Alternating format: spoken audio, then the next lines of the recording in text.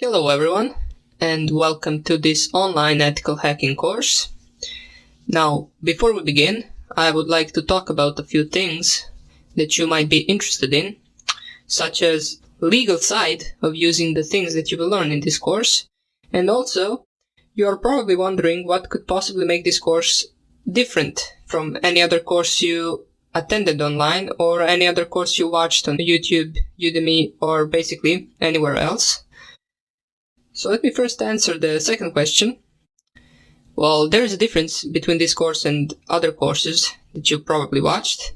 First of all, I decided to split this course in the three sections, the beginner section, the intermediate section, and the advanced section.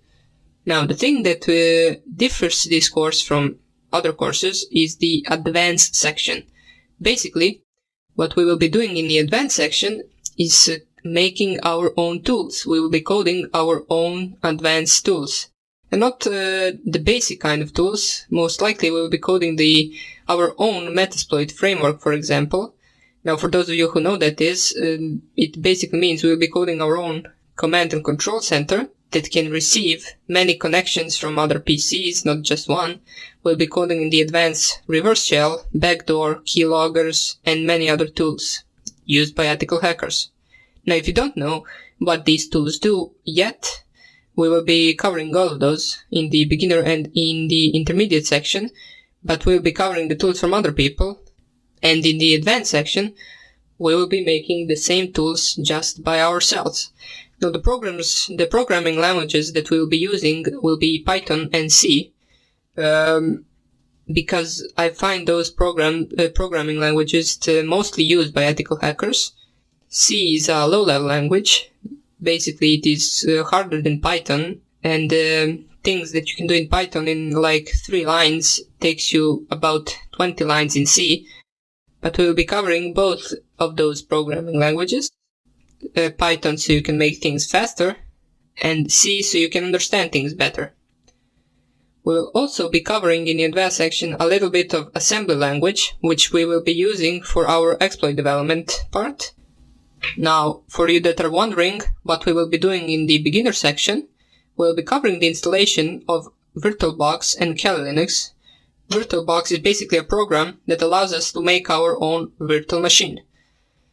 We use virtual machine so we don't crash anything in our main machine. If we make a mistake or if we delete a file we shouldn't delete, it will basically just stay on the virtual machine, and if it doesn't work anymore, we can just delete it and start over again.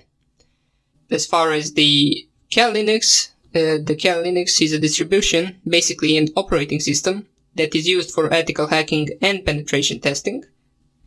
Now, you might be asking, why is it used for that?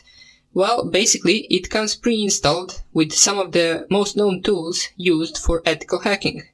So, it comes with a bunch of programs that we will use and cover in the next tutorials.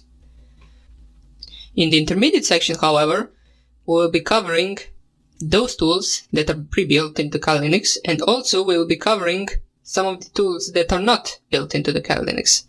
We will be downloading those tools from online GitHub repository from other people who made them. And as I said, later in the advanced course, we will be making our own tools. Now, there is also one more important thing I should mention, which is the legal use of these methods that you will learn in this course. You should not be using these methods on any device or website you do not own, or on any device or website you do not have permission to use. It can get you into some serious trouble and possibly a jail time if you make a big mistake. So please do not test any of these methods on devices you do not own. We can make all of the things we need in our virtual environment, and we can do our attacks from there. Now that's about it. I hope you will enjoy this course, and I hope I see you in the next lecture where we will be downloading VirtualBox and Kali Linux. Hope I see you there, and take care.